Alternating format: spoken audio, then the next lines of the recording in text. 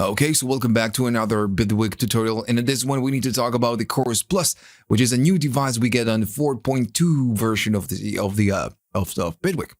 So okay, so this is how this video is gonna go. First, I'm gonna show you what a chorus is, which is if you already know how it works behind the scenes.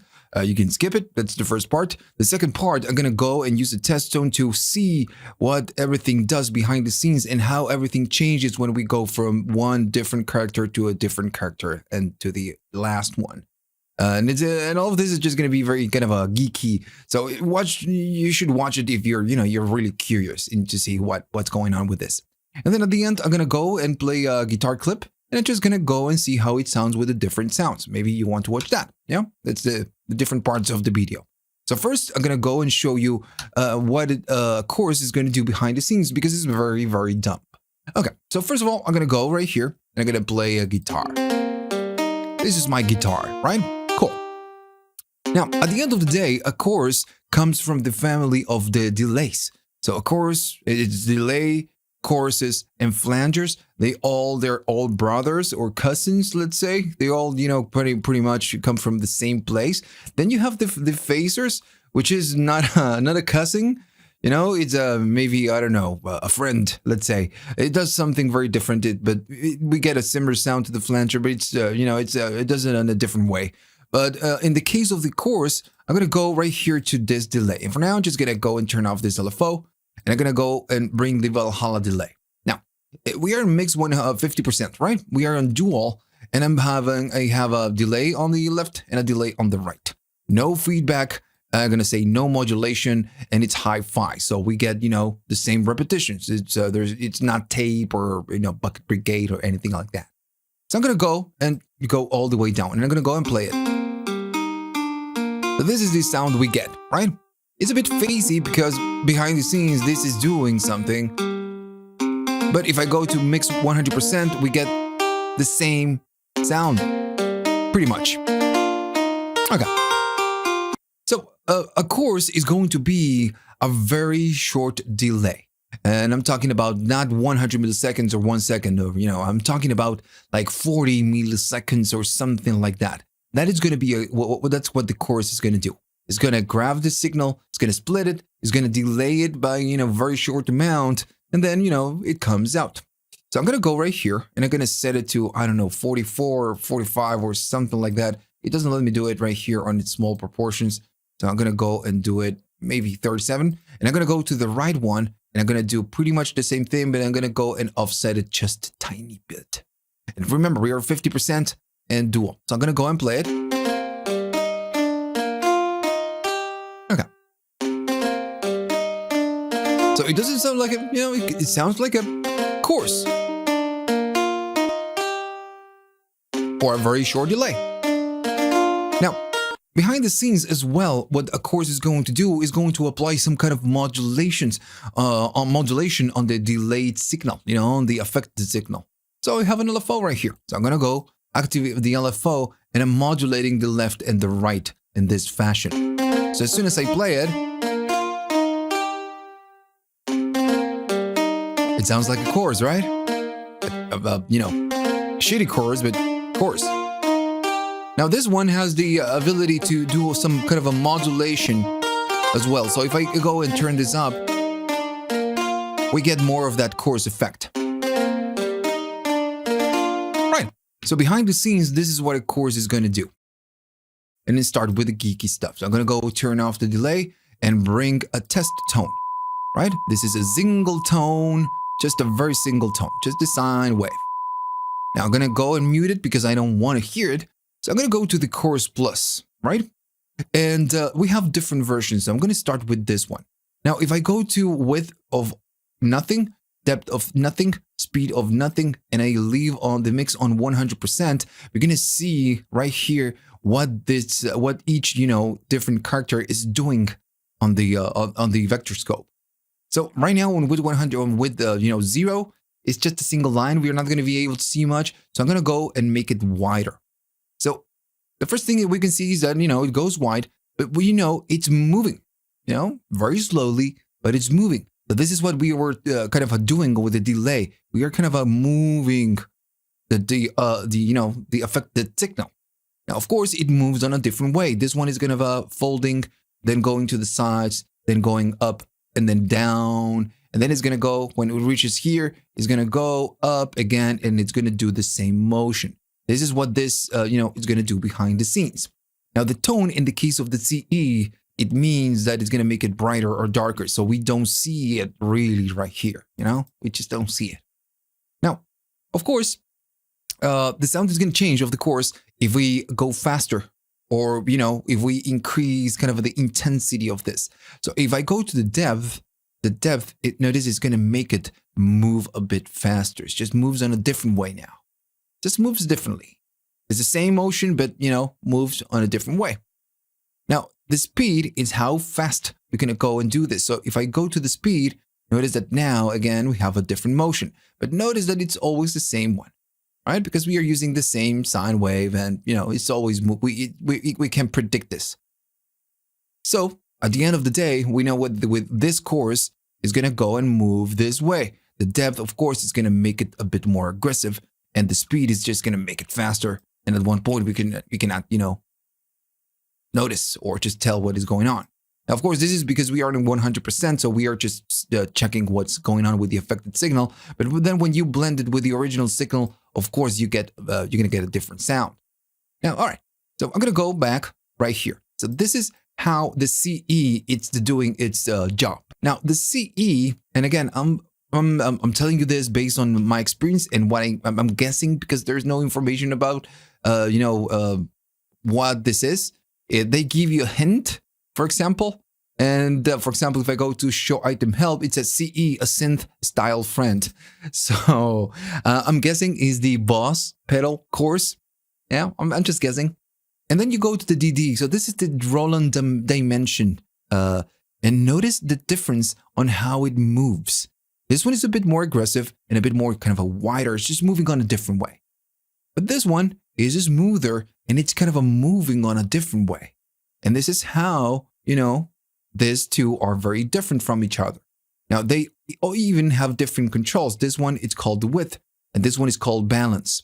Now, on the balance, if I go all the way down, notice it moves like the CE. It's just, very similar to the CE. Now, of course, this is a bit more aggressive, but it just moves on a different way, more closer to the CE. So the balance is going to make it, again, just move it on a different way. And this will, of course, affect the sound.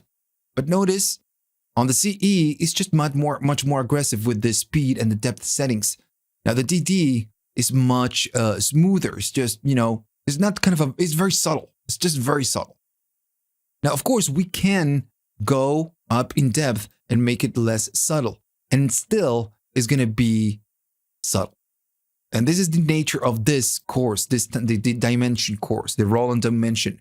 Is a course that you can put on everything, and it's just going to make, give you that extra something. It's not a very noticeable course like the CE, for example. Now, the time, remember that we are working with times right here. We are offsetting the affected signal. So the time right here, it matters in terms of, it's going to be short, or, it's going to affect the time of the delayed signal. Now, right now, let me go right there and, get a slower movement, maybe something like that. Okay. So I'm going to go to the time and shift the time slowly, and notice that maybe less speed. Notice that there's no change, almost no change in the movement or, a representation right here. And it's because this is messing with the time. If I go fast, we can see that, it's kind of a lagging, and I'm doing this with the mouse, of course. It's a little bit laggy. And it's because on the dimension D, the times are kind of a very short. That span, it's very short. That's why it's very subtle. Now, if I blend it with the original signal, the time will make a difference, because we are offsetting, and even though it's by small amounts, it matters on the final sound, blended with the original signal. But the nature of the DD is just very subtle, and it's great, and I love it. This is my favorite one. Right here, leave these settings, and I'm going to go to the 8B. Right. Notice how different this is. Notice the movement that this is doing. Now, this one, very slow, very predictable. This one, a little bit faster, but predictable. This one, not so predictable. It's just moving all over the place. And this is the nature of this one. Now, if I have to guess, and I'm not going to dare to guess, it says 8 swirling voices. I don't know, maybe this is the Jupiter course? Or maybe the Juno, I don't know, something like that. They don't give you any kind of information, so I'm just guessing. But it moves on a different way. And it's, I wouldn't say random, but it's just moving, moving all over the place. So this is going to, of course, affect the sound as well. It's just going to sound a bit more, I want to say bigger, but it just has a much more stronger effect than the other ones. Now, on this one, again, we get the speed. We can go fast. We can affect the depth. And then we have the feedback. So the feedback, again, it's not affecting right here. It's if I go with 100%, it's not affecting this much. Maybe it's too fast. But again, this is just, the way it is. It's not affecting this too much. So with the mix, it's going to affect it a little bit. And we can really hear the difference when we hear a clip. So we're going to do that. When we hear some real sound that it's not a test tone, we're going to hear it because this is doing some feedbacking in theory. So we are going to get that sound when we hear something, with more harmonics. Then you have the X2. So the X2, it is a chorus, but notice how it moves. It's very different. Now, the X2 is more like a slapback delay. It's like grabbing this delay, the thing we did right here, and going up to maybe 80 or 70 milliseconds or something like that. I'm just, throwing numbers right here. So it's something like that. And it works more like a slapback echo. But they give you the ability to shift the time. So this is going to be more slapbacky, more slapback echo. And as we get closer to shorter times, it's more like a chorus. All right. So this is the geeky stuff. But notice that all of them move on a different way and they behave on a different way. And this is going to affect the sound. Right. So I'm choosing to use this sound because it's very transient. And we can really hear the initial transient. So the chorus right here is going to really help. It's going to help us to hear what's going on. If I put a sustained sound, now we can instantly hear what's going on. If I go to mix 100%, notice it's dark. Oh, it's bright, sorry. And this is dark. So the tone is going to affect the darkness or the brightness in this case of the affected signal. Now I'm going to go here and I'm going to make it 50%. And it sounds like a chorus. Now, of course, the depth will just make it a bit more obvious. Now it sounds, again, more like a chorus. Now remember the speed also is going to move it, move the times. So now we get a more kind of a chorus-friendly sound. If you go up, you get more. And if you go really up, you start getting this, the sound. But it's really nice, very useful. And it sounds really cool. Let's go to the other one. Let's go to the DD. Now, I'm going to keep these settings. And the DD, just sounds nothing like the CE. Nothing like the CE. So the DD, like I've told you, it's much subtle. It has shorter times. And you don't hear really, it's not that noticeable. And we are really doing something. If I turn this off, there's the difference. No? Yeah. Yeah. So this is how the DD operates. And that's why I like it so much. Because it's something that you can put on whatever instrument. And it's just going to, add that something. If you don't listen to the original sound, and then you listen to just the chorus with the Dimension D sound, maybe you don't notice that there is a chorus. It's because it's very subtle, and I love it. Now, the valence will make it narrower and just a bit wider. Now, if I go speed and depth, we get this effect, but notice it's not as aggressive than this one. And I told you, the DDs are very subtle. So you can even go hard on this one and still, get a good sound. Always get a good sound. Now the 8B, and I'm going to keep it around there. Notice how different this is. And it's really great. But it's, of course, a bit more aggressive. If I go depth, we're going to get to that, wobbling much faster. Now, of course, we can go down on the speed. And if we go up, we get there really quickly.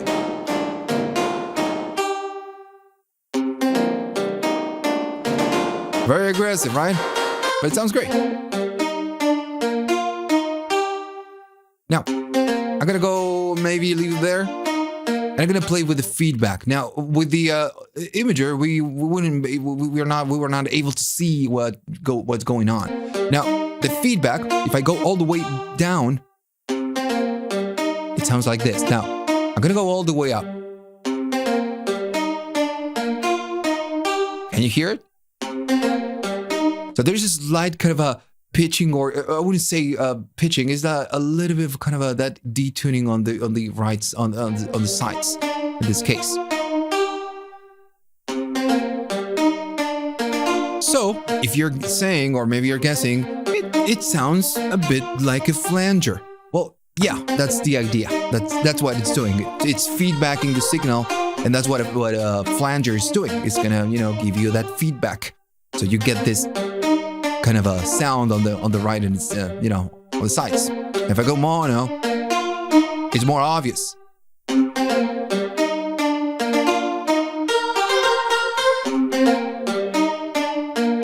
Right. But again, this is a very good device. I really like it. I really like this one. Sounds really cool. Now let's go to the final one, the X2. All right. Told you, sounds like a slapback delay. And it's because the time, it's much different than the other ones. This one is short, and this one is very large. That's why it's X2. It's time by 2. I'm guessing again. So if I go right up, it sounds like a slapback. You can still go down on the speed and go down on the depth, and you really can hear the slapback. Now, if you make it short, you're getting closer to a chorus, but still, it's large. Now, still you can get at speed and depth, so now you are in the chorus territory and not on the slapback delay territory.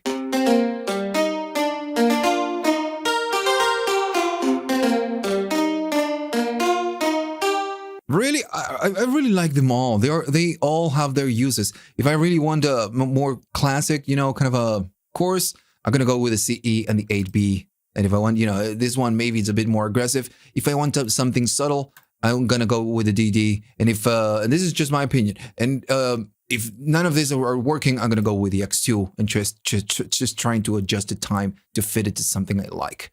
And this is, again, my opinion.